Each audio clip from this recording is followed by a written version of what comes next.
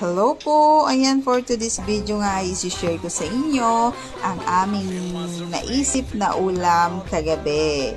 Pinakamadaling naisip namin ay ang fried chicken ala negro. Alam niyo po ba kung bakit naging fried chicken ala negro? Siyempre, kakulay niya yung nagluluto. O, alam na. Ayan, ang sabi niya, masarap daw siyang gumawa ng fried chicken. Mas masarap pa raw sa Jollibee.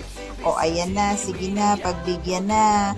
Ayan na nga, hinalo-halo niya ang chicken sa kanyang ginawang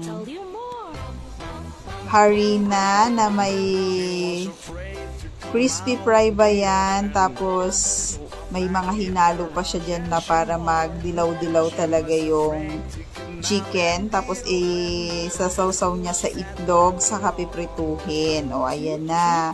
Ganyan siya magluto ng fried chicken. Ayan na, piprituhin niya na.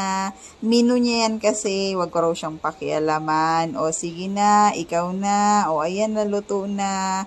Kakain na tayo. Luto na ang fried chicken ala negro.